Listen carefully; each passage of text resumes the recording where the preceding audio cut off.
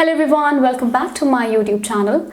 If you have worked hard and you want to score that perfect 100, or if you have just begun the course, you've just started the course and you want to score good marks in business studies, then this is going to be the right video for you.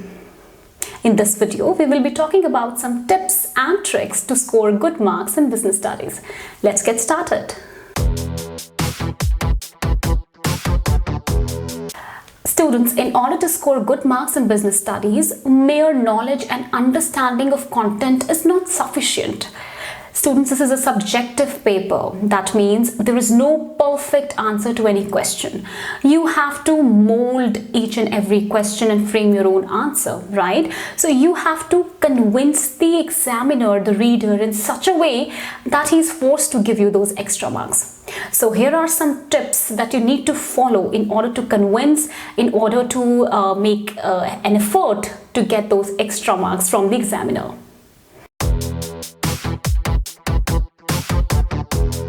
First come first, let's start with the basic things. First of all, make it a point that you complete your syllabus early. You complete your syllabus by October or November so that you have ample of time to revise. Revision and practice is something that is going to make you score good marks in any subject.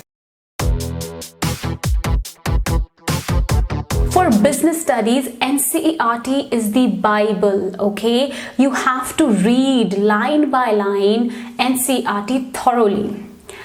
I would recommend you not to start with NCERT but to end with it. That means read any author's book, okay? You can go for any author. You understand the concepts, you read the concepts, and once you're done with the syllabus, then at the end you pick up NCERT and read it line by line. In CBSE, same as it is, paragraphs come from the NCERT book and you're asked the case studies from it. So it is better for you if you're doing it through NCERT. That's going to be very, very fruitful for you. So NCERT, make it a point, you have to definitely read it line by line so that all your concepts are thoroughly cleared. Okay? But don't start with it because you may not be able to understand concepts properly. You end with it.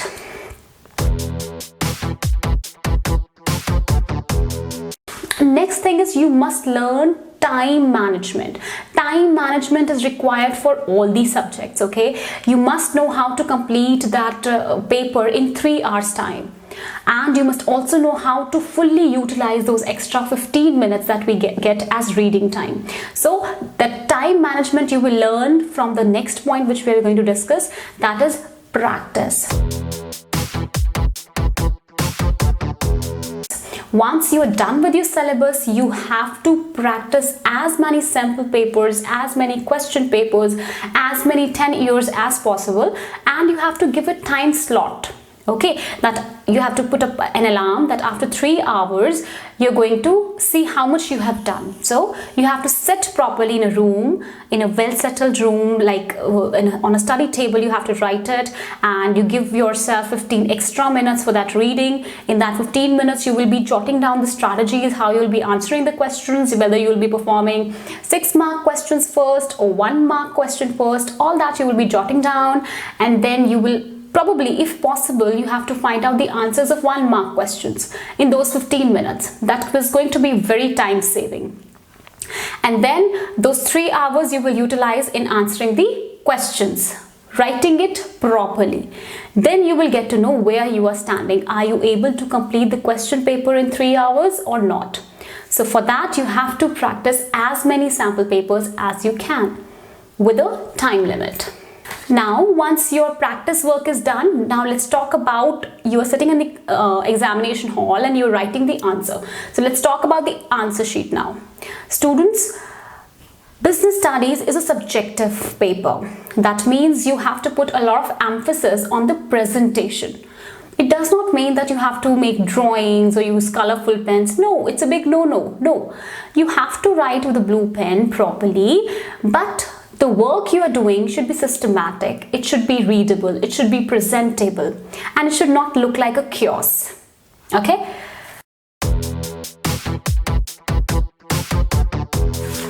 Make sure that you are not exceeding the word limits. The question paper starts with describing the word limit for each question. So you have to strictly follow the word limit. Do not exceed the word limit, that is going to be harmful for you, and do not be somewhere very below it. Okay, it should be within the word limits, right?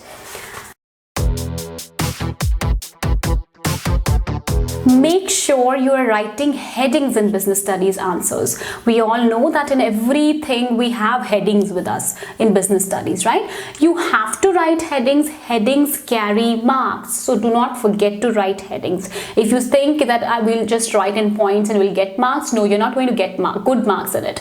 You have to definitely write headings. In case you forget the heading, you make it on your own. Okay, related to the point, you just make it on your own, but do not skip writing the heading. That gives a very bad impression, and also if you're making it yourself, if it is correct, you'll get marks for it.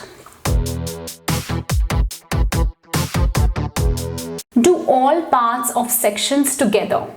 That means if you're starting with section A, make sure you're attempting all the questions of section A, then you're moving on to section B. Don't do that you're skipping question number 9 from section A and then you're starting with section B and then again you're writing section A question number 9. No, this is a big no, don't do it.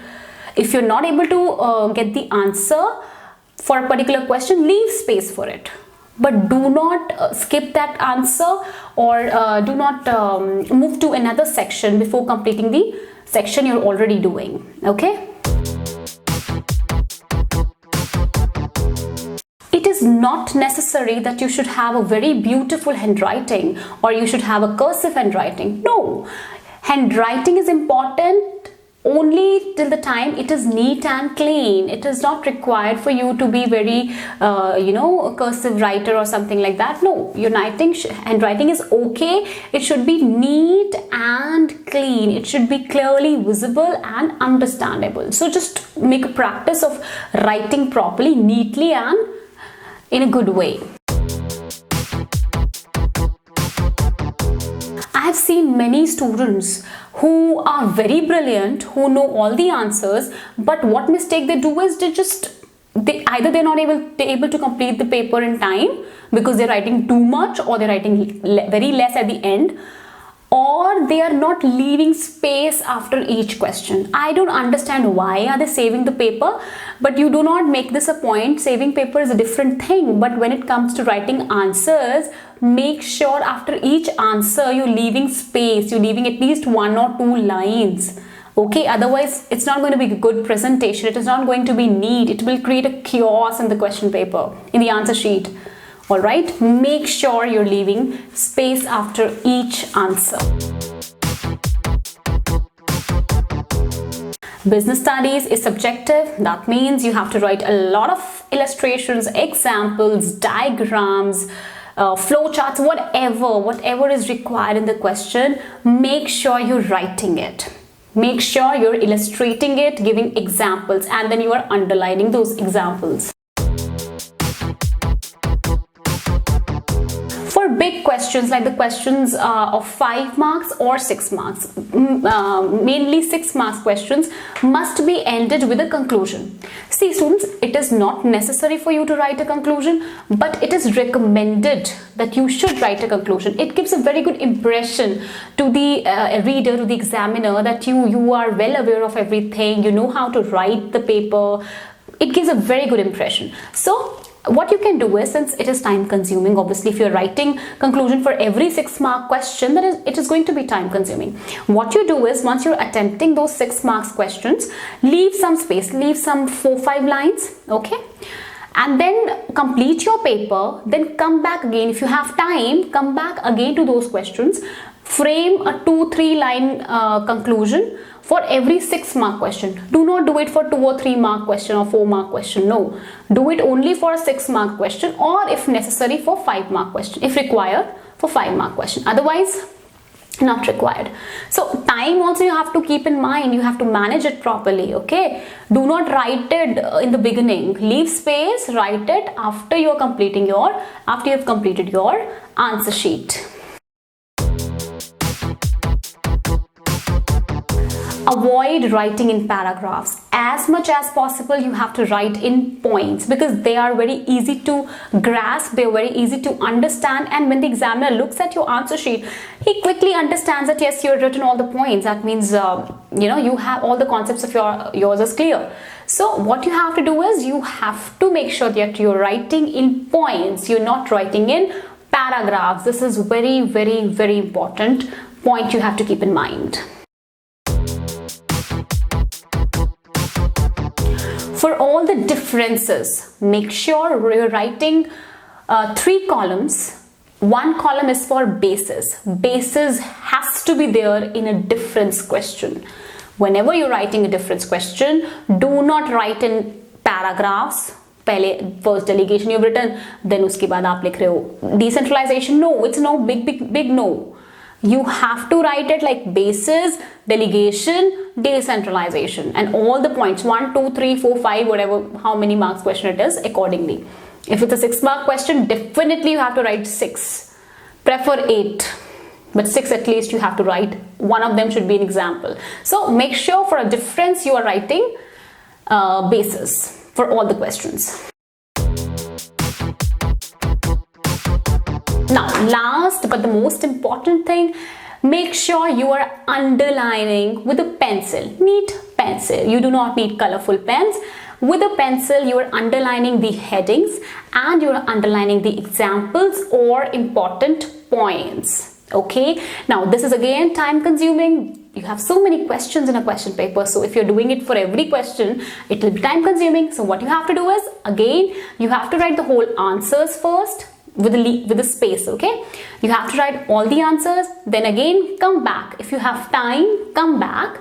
You should have time. If you're practicing, you will have time. Definitely you will have time, plenty of time to do all this. Okay, so you come back and then you start underlining your headings, your important points in those answers, your illustrations and examples, and then you're done with it. Okay, so these are the basic points that you have to remember in order to score very good marks in business studies.